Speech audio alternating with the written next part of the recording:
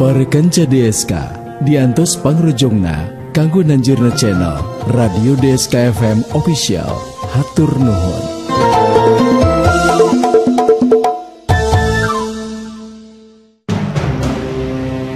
Sirawing nitis, sirawing nitis.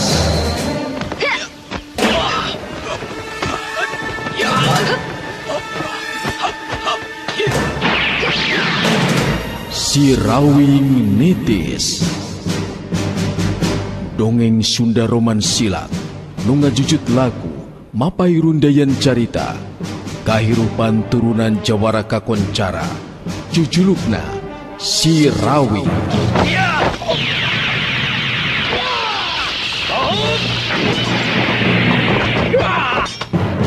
Kiwari Sirawing nitis.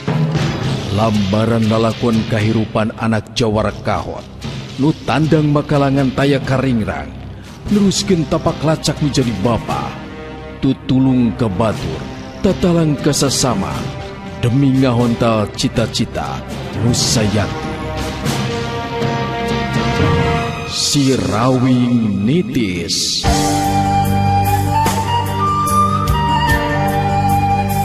RMG Network midangkeun serial dongeng Sunda Sirawing nitis. Sirawing nitis. Hampir pasir nulung kawin kaya jawan bisa disorang gunungna ngajegir ke patiluhur manuk mapalang caang ngaberang. Sirawing nitis. Naskah Yasana Yat R. Panutur catur Mang Inoy. Pangreka sora Dery Sanjaya.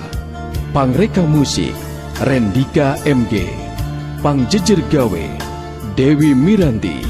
Produser ajang Gita Noviana. Produksi RMG Record.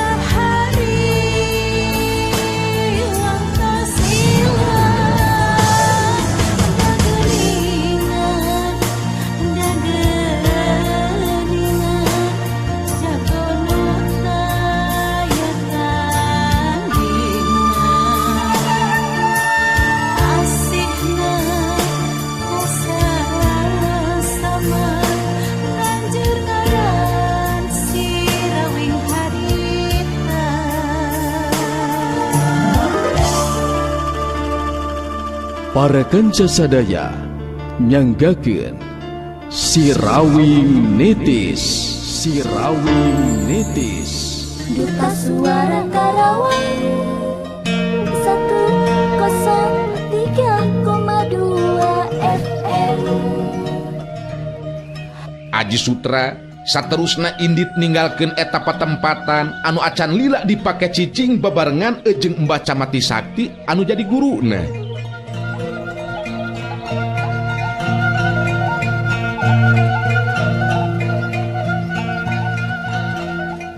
Sajoroning lempang hate Aji Sutra galecok ngomong sorangan. Geus kieu mah eueuh di jalan ka Jabati aing kudu nekat. Leuwih hade lakon tapa di guha sanca bodas aing. Rek dihakan badak, dicapuk maung paribasana. Aing geus moal sieun. Nu penting kan nyeri hate aing ku si topeng mayit kudu bisa dibales. Manehna anu geus ngancurkeun sagala rupana kahirupan aing. Aji Sutra memang geus gilig pikirna, gembleng hatena kudu bisa nyangking ajen pangarti anu bisa diandalkeun. Gesan engke dina waktuna bisa ngayakeun balitungan jeung si topeng mayit.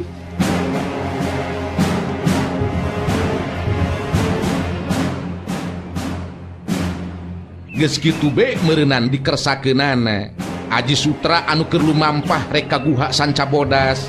Bet diparengkeun panggih pasarandog di jalan ejeng Jaka Sinangling anu rek balik ka Pilemburan sanggeusna datang ka guha Legok Panamping. Tetela si Rawing anu jadi bapana Suwung teu nyampak di guha Legok Panamping. Panggih ejeng Jaka Sinangling, harita Aji Sutra teu sirikna bari ejeng ceurik ngebrehkeun rasa kasedihna tumali ejeng nasib dirina anu ngarasa ancur segala rupa kahirupanana ku pokalna tindakan si Topeng Mayit. Rasa kasedih, kabingung ejeng kaduhung diebrehkeun ku Aji Sutra ka Jaka Sinangling. Kang Angling, naon anu ayeuna dijelaskeun ku kuring? Lain pangreka carita gesan merdaya, tapi kanyataan anu bener-bener pahit ejeng peuheur karasana. Malah membaca mati sakti geus babalik pikir moal ingkah balilahan di tempat padumukanana geus nurunkeun ilmu ka abdi. Kang abdi oge jadi jalma anu sadar kageuing pikir saperti hana membaca mati sakti anu jadi guru. Tapi eta rasa ketenangan ejeng kabagjaan teh Kang umurna henteu lila kabehanana jadi ancur ku tindakan si Topeng Mayit. Abdi bingung sebab jelas geus teu boga deui sasaha ayeuna teh Kang. Aji Sutra mindeng rumahu dina mangsa ngaguar naon rupa lalakon anu karandapan ku dirina. Jaka Sinangling neuteup ka Aji Sutra, bet jadi karunya ningali kaayaan Aji Sutra saperti kitu mah jadi ras kana awak sorangan upama ngarandapan nasib saperti kitu. Jaka Sinangling narik napas panjang bari terus kedalisan. Akang milu prihatin ku pangalaman atawa kejadian anu karandapan ku Aji Sutra. Tetela si Topeng Mayit beuki ngabahayakeun bae kaayaanana, beuki nambahan korban kekecemanana lantaran dirina ngarasa luhur elmuna. Tah, ku ayeuna kitu abdi ayeuna sadar Kang Angling yang diri abdi anu tadi nanganggap musuh ke kulawarga si Rawing rama Kang Angling. Tetela eta anggapan teh salah kacida. Sakuruna mah abdi teh midulur ka kulawarga Parawing. Nu kudu dijadikeun musuh mah nu ngabahayakeun mah jelas si Topeng Mayit. Jadi abdi aya paneda ka Kang Angling Kang. Nah kumaha maksud Aji Sutra teh? Abdi hoyong Balumbang Timur Kang sareng kulawarga Parawing lantaran rumah sagaduh dosa. Janten upami teu kabotan mah abdi rek ngiring ka lembur Kang Angling Kang. Oh, nya ari keur akang mah syukur be nu aya Yi Sutra. Sabenerna ari keur kulawarga akang mah pasti bakal ngahampura. Komo ieu ayeuna Aji Sutra bener-bener sadar tina sagala rupa tindakan anu dipilampah dina waktu ka tukang. Nuhun atuh pami kitu mah Kang Angling. Abdi jadi rada ngemplong ayeuna mah ieu teh. Ngan rupina bae ngeunaan si Topeng Mayit mah moal anu mampu ngimbangan ngumpulan ajen pangartina kajabi ti Parawing rama Kang Angling. Kitu tah ari emutan abdi mah Kang. Nya ngeunaan eta mah mudah-mudahan be pun Bapak bakal mampu ngungkulanana. Ngan terus terang akang oge dina waktu ajeuna teh puguh keur baluweng ieu teh ye. Bararingung ieu teh. Nah baringung kumaha kitu Kang Angling? Bingung akang teh. Tumali ejeng kaayaan ayu manganti anu ayeuna duka teuing ka mana. Nu matak akang tadi teh geus ti guha Legok Panamping ningali kaayaan anu jadi bapa. Tapi datang ke tempat anu dituju tetela Suwung geus mulang ka Pilemburan sigana mah. Oh, abdi ngiring prihatin atuh pami kitu mah Kang Angling. Boros tadi nama abdi aya maksud lantaran masih kene bingung di mana Nyi Ruru. Tapi nyaduka kumaha ketang sarta ka mana deui kudu lumampah ieu teh. Duta Suara Karawang 103,2 FM. Aji Sutra ngahuleng bangun anu bingung. Puguh memang rek ka mana Nyi Ruru. Da imah kolot namah geus jelas di hak kularas anting ejeng si Topeng Mayit. Jaka Sinangling bisa ngarti karena kabingung ejeng kasusah Aji Sutra. Kangaranan Aji Sutra geus sadar tina sagala rupa lampahna anu salah. bet henteu tega pikeun jaka si Nangling upama ngantepkeun nasibna Aji Sutra. Nya ari Aji Sutra kerasa ngariung di tempat akang mah henteu aya bayana.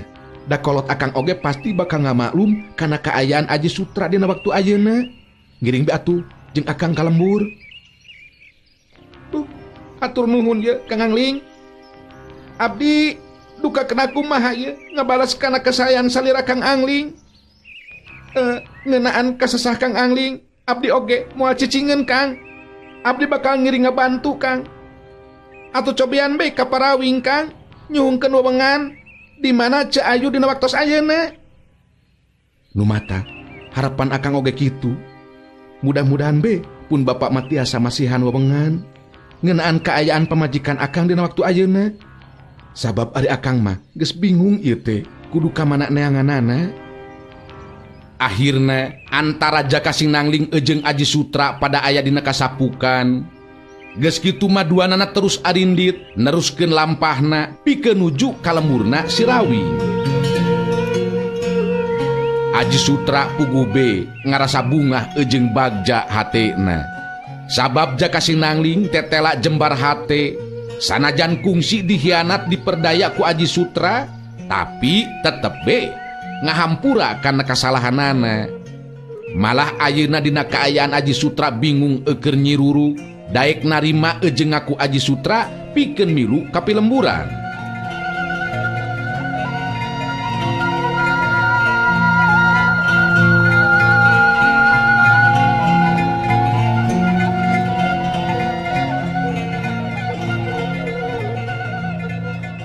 Caturkeun harita di tempat sejen Ki Barujul jeung Guntara ti poe ka poe jadi kesel oge nganti kadatangan si Rawing atawa si Topeng Mayit.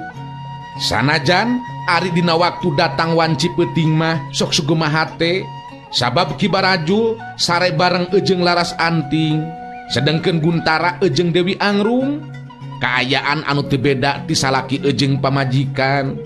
Pikeun maranehna mah memang geus henteu malire deui kana haram jeung halal, kana dosa jeung henteu.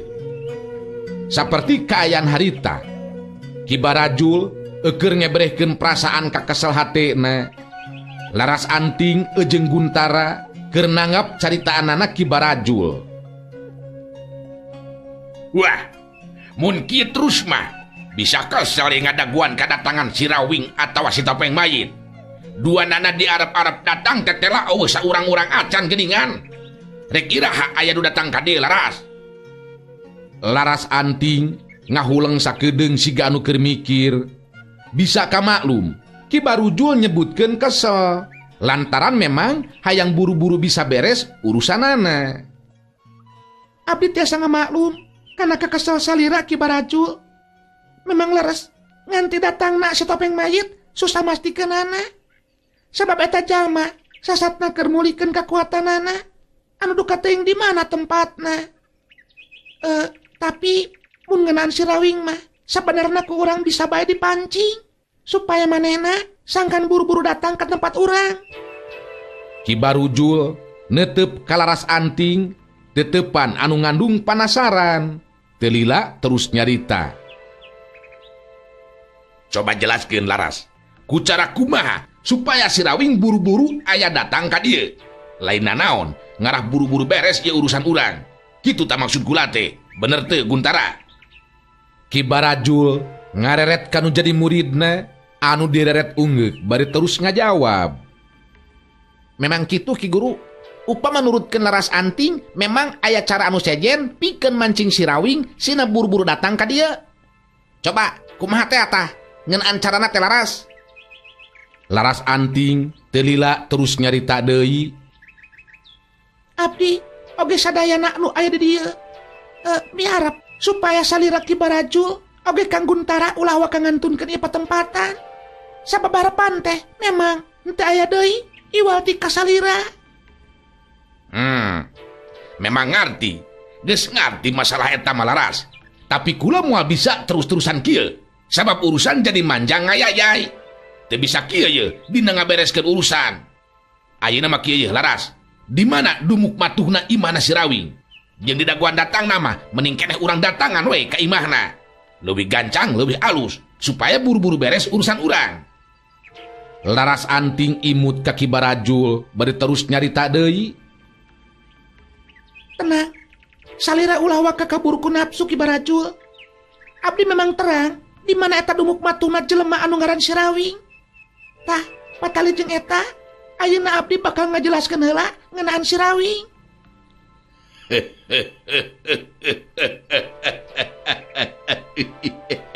Ngajelaskeun kumaha? Cik. Coba jelaskeun ke diri kula, Laras. Kieu ki barajul.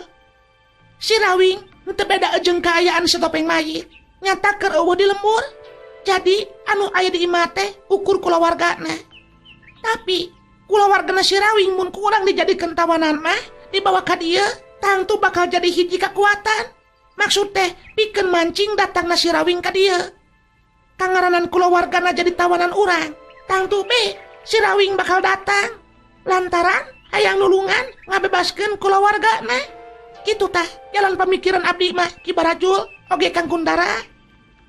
Laras anting negerakeun jalan pamikiranana supaya si Rawing aya buru-buru datang ka dinya. Ki Barajul silih teuteup jeung Guntara anu jadi muridna. Jalan pamikiran Laras anting kawilang hade oge. Guntara anu harita leuwih ti heula nyarita. Duta Suara Karawang 103,2 FM. Nya aya alus nata pamikiran Laras teh. Benar oge tah kawilang hade cara teh. Sabab si Rawing kangaranan kulawargana dijadikeun tawanan mah pasti moal mikeun. Geus jelas, pasti manehna bakal datang ka dieu lah pikeun nulungan. Di dieu geus aya Ki Guru. Apan peren kabeh sekalian. Ki Barujul unggut-unggutan, nyerenge seuri teu lila terus nyarita deui.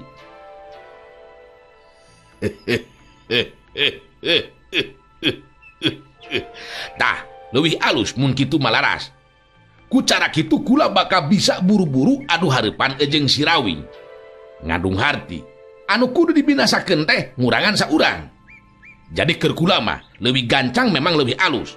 Supaya urangna tenang jeung ngeunah sarta laluasa lamun hayang senang-senang oge nya. Kitu tah Laras.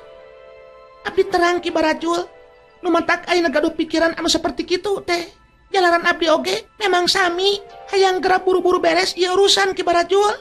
Sababoh si Rawing, komo si topeng mayit mah sapanjang maranehna masih keneh harirup, jelas bakal mangrupa ancaman pikeun kahirupan urang. Cobi saur Kang Guntara kumaha Kang? Nya kitu eta Laras, akang satuju pisan ye.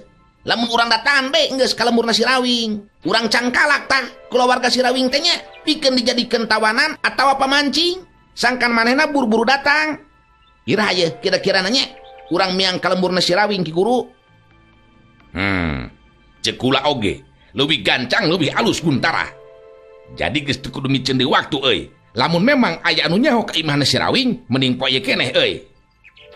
Ki Barajul tetela ka asup jalma anu teu sabaran sigana teh. Kangaranan mun urusan teu buru-buru beres, jadi teu geunah jeung teu ngeunah cicing meureunnan. Guntara ngareret ka Laras anting terus nyarita deui. Tah kitu geuningan Ki Guru mah Laras, hayang poe ieu keneh cenah init ka lemurna si Rawing teh. Sa kira-kirana anu bisa nganter? Tangtuna oge anu geus nyaho ka lemurna si Rawing. Nya, da ngarah teu ngatog mah tuh kudu aya nu ngabaturan. Oh, gampang Kang Guntara. Bet abdi oge saya ga diri pikeun ngarencangeunana. Mending kana jeung abdi be ka dituna. Ngarah leuwih segemak kana hate abdina. Ningali ngabandungan langsung kulawargana si Rawing dicangkala kabeh. Hayang nyaho kumaha ke? Ketakna si Jaka Sinangling.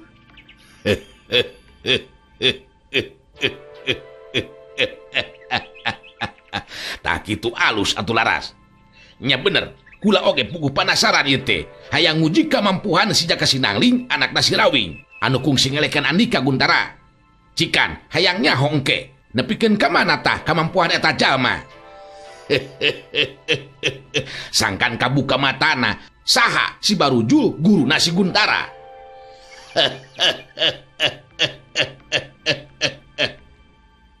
Guntara kawilang panuju oge hatena ngadengi ki barajul guruna nyarita kitu teh dadi henteu-henteu oge manehna memang neuteli kangaranan eleh jajaten ku Jaka Sinangling. Nya bener kitu Ki Guru, kudu diwarah tah jelema teh. Terus terang nyari hate kuring teh ye ku si Jaka Sinangling.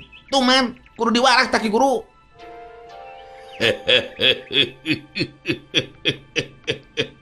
Nu matak lamun nyeri hate kudu mikir sia Guntara.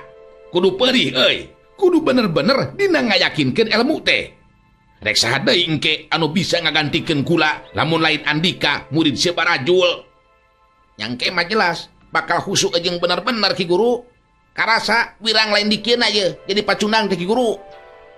Tah, ayeuna mah ulah diengkekeun deui laras. Kula menta poe ieu keneh urang indit ka lemburna Sirawi. Leuwih gancang urang ngalaksanakeun pemaksudan tangtu bakal leuwih hade supaya bisa gancang-gancang panggi jeung Sirawi. Nya, ari kerabi mah hayu be rek lumampah ayeuna mah Mbah. Dalasanajan abdi oge sarua. Ki Barajul hayang gara-gara beres ieu urusan.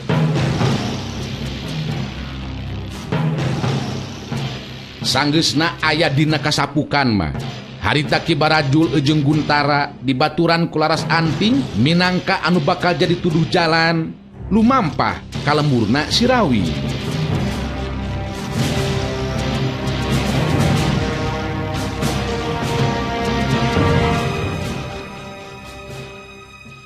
Caturkeun harita Jaka Sinangling jeung Aji Sutra. Tapi kapi lemburan hareneg jeung hanjalu deui bae hate Jaka Sinangling. Sabab tetela di imah oge Sirawing teh eueuh deui. Duta Suara Karawang 103,2 FM. Sanggeusna nerangkeun leuwih teu heula ngeunaan Aji Sutra ka Saraswati. Saterusna Jaka Sinangling ngabejakeun ngeunaan Sirawing anu jadi bapakna. Nu tetela eueuh di guha legok panamping. Disangka mah geus balik ka lemburan. Namung tetela geuningan ama teh henteu aya sumping ka dieu nya. Na teras ka mana atuh ama teh? Da jelas di guha legok panamping mah henteu aya, Bu. Malah ku abdi ngahaja di antosan rada lami bilih nuju keluar. Namung tetep henteu katingali aya sumping bae. Nya akhirna abdi gaduh pikiran. Tangtosna oge meureunnan tos mulih ka dieu ka lemburan, Bu. Saraswati katingali paromana jadi beuki alung. Cacak lamun aya Sirawing mah anu jadi salakina moal bingung-bingung teuing. Nah, ka mana atuh Bapak Hidap tehnya? Ngeunaan ayu manganti oge can aya laratan. Ayeuna geus jadi nambahan deui bae pikiraneun teh. Anu jadi Bapak Hidap beuteul nyampak aya di gua legok panamping geuningan. Nah, aya di mana atunya? Lumawi, abdi oge bingung pemikir mah, Bu. Padahal amat teh kalintang diperjogikeunana ku urang. Komo upami ngemutkeun kana tindakan jalma saperti si Topeng Mayit anu tambah sawenang-wenang bae, Bu. Kahirupan Aji Sutra oge bet jadi ancur, Bu. Aji Sutra ngeluk tungkul ras inget kana nasib dirina anu jadi bapak nepikeun ka ajalna. Raja kayana dirampas dihak sapinuhna. Sedengkeun laras anting anu jadi adina. Akhirna aya dina pangaruhna si Topeng Mayit.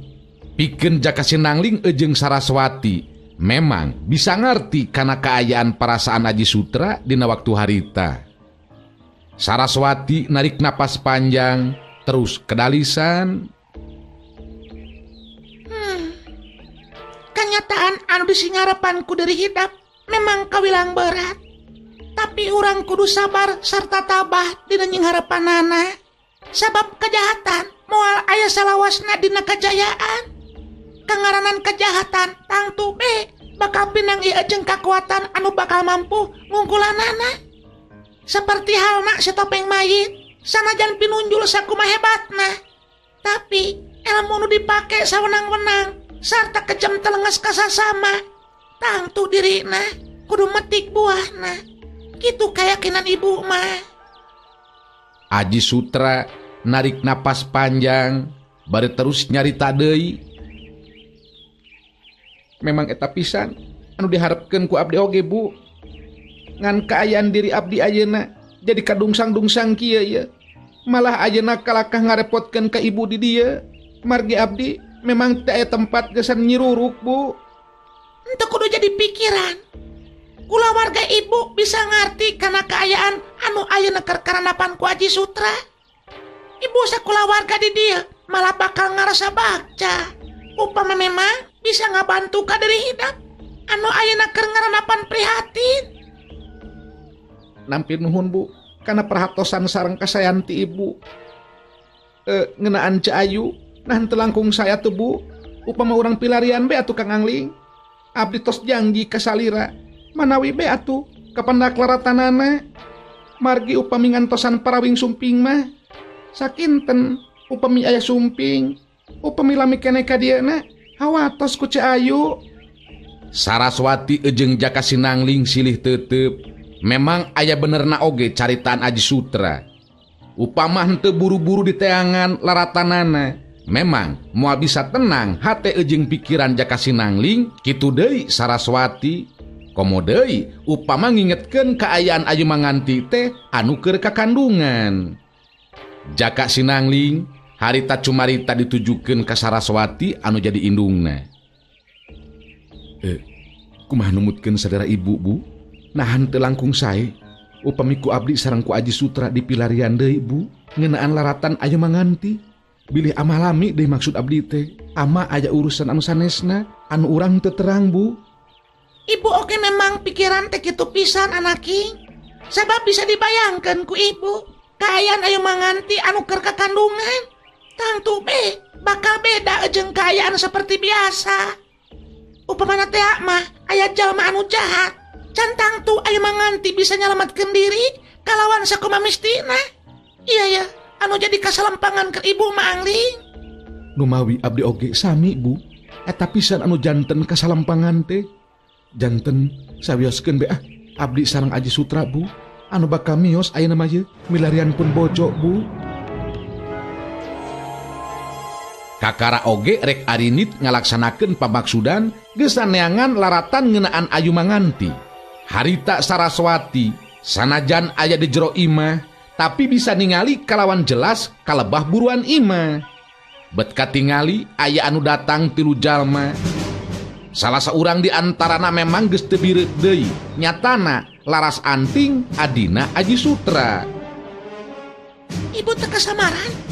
Itu muka dia teh salah saurang di antarana teh nya Laras Anting geuningannya. Aji Sutra gancang ningali kalebah buruan imah, ningali Laras Anting bareng jeung Ki Barajul Katut Guntara datang ka dinya. Gancang harita Aji Sutra kaluar ti jero imah nyampeurkeun.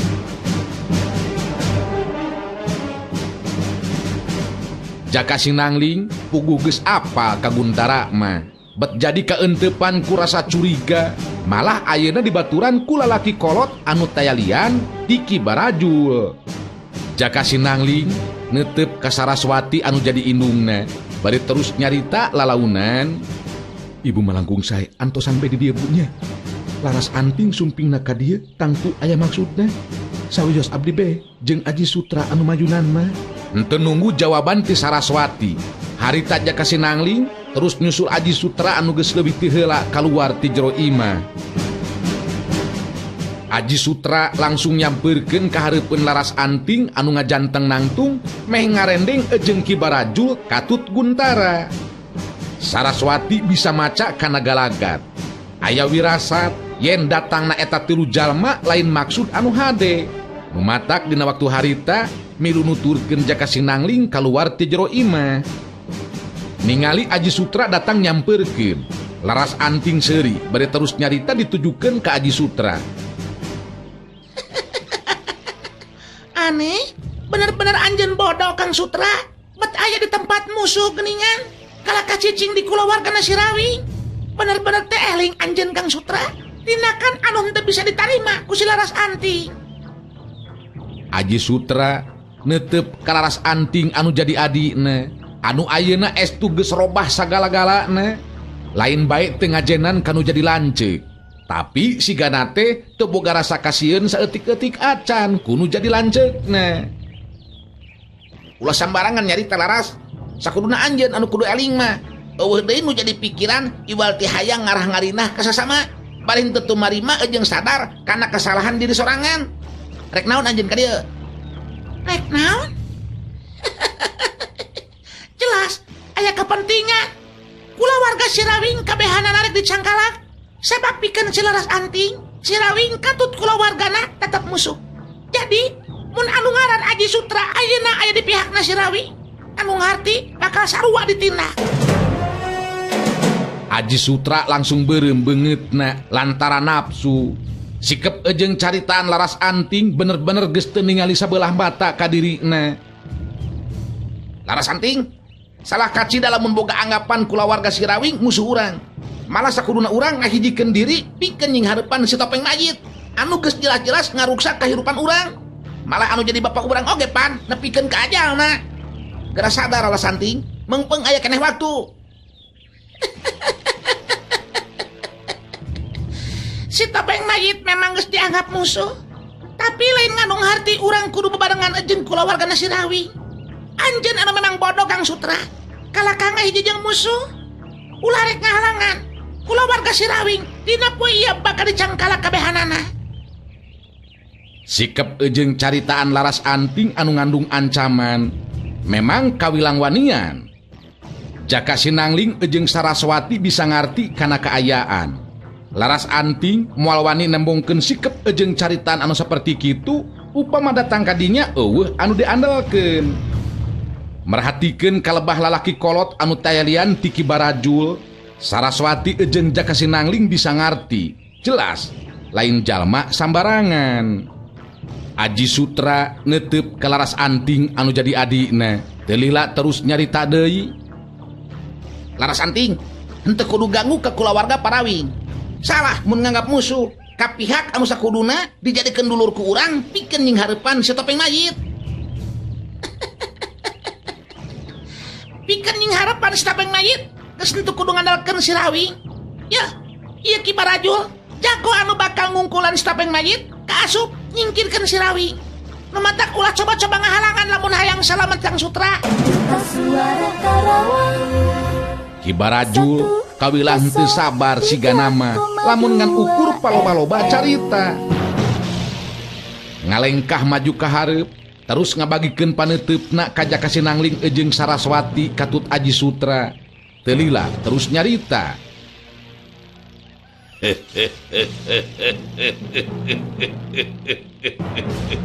Nu ngarasa jadi kulawargana Sirawing leuwih hade nyerahkeun diri lamun teu hayang dicangkalak. Sabab kula rek nyangkalak lantaran butuh keur dijadikeun tawanan pikeun mancing kadatangan Sirawing. Sabab geus teu sabar ye hayang ijen ngalawan Sirawing. Sikep jeung caritaan Ki Barajul anu saperti kitu puguh be mancing ka hudangna amarah Jaka Sinangling. Ngareret ka Guntara saterusna Jaka Sinangling nyarita. Guntara, Andika boga hubungan deket jeung ieu Ki Barajul. Tetela, anjeun lain gancang sadar jeung bebalik pikir, tapi kala kaleuwih nambahan nyieun kasalahan. Guntara seri sinis terus ngajawab.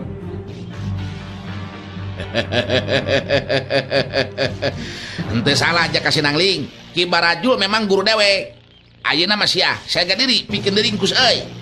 Sanajan si laing anak Sirawing tur geus boga elmu ti Sirawing, kangaranan nying hareupan guru dewe, ilaing tetep kudu dicangkalak, dijadikeun tawanan memeh bina sababarengan jeung Sirawing bapak ilaing sia. Karti Laras Anting seri deui pinuh ku kawani lantaran babarengan jeung Ki Barajul anu yakin geus pasti bakal unggul. Jaka Sinangling, oge anjeun Saraswati leuwih hade masarahkeun diri jeung tibatan kudu miceun waktu anu teu puguh. Sabab anjeun duaan moal mampu nying hareupan Ki Barajul anu elmuna memang punjul. Kumaha? Rek nyerahkeun diri Jaka Sinangling, Saraswati. Oge anjeun Aji Sutra rek nyingkir atawa mending kena cicing ngebandungan. Ki Barajul geus teu sabar rek ngalakukeun tindakan. Saraswati bener-bener asah henteu diajenan pisan ku jalma-jalma anu ngahaja datang kadinya. Dirina salaku pamajikan si Rawing anu cukup dila makalangan, jelas asa dihina. Langsung harita nangtukeun sikepna, nyarita ditujukeun ka Ki Barajul. Pikan kuring moarek nyerahkan diri ka jalma anu boga maksud ajeng niat delaka. Henteu kudu make ajeng ngancam atawa nyingsieuna. Kula warga si Rawing lain jalma anu gampang sumerah kana kaayaan. Sar, rek ngalakukeun tindakan kuring mah buru menying harapan. Sikep ejeng caritaan Saraswati tandes ngagambarkeun rasa kawani henteu seber nying hareupan Ki Barajul. Guntara ngalenggak seuri. Manehna sarua ejeng guruna boga kayakinan yen Saraswati ejeng Jaka Sinangling moal mampu ngimbangan ajen pangarti anu jadi guruna.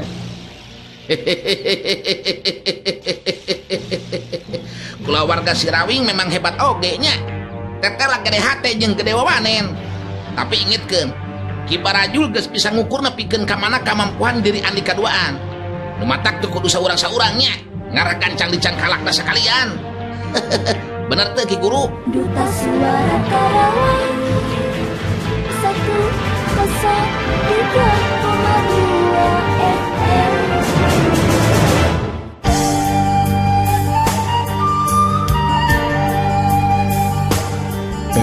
RMG Network rengse midangkeun serial dongeng Sunda Si Rawing Nitis. Si Rawing Nitis. Lamping pasir nolong kawin, kaya jaman bisa disorang. Gunungna ngajegir tepat luhur, manuk mapang caana berang.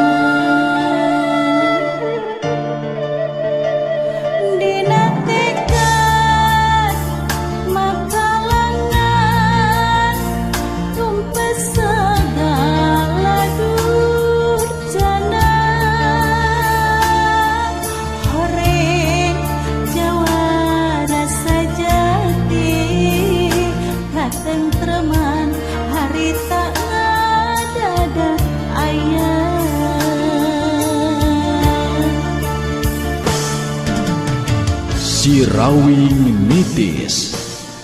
Naskah Yasana Yat R. Panutur Catur Mang Inoy. Pangreka Sora Dery Sanjaya. Pangreka Musik Rendika MG. Pangjejer Gawe Dewi Miranti. Produser Ajang Gita Noviana. Produksi RMG Record.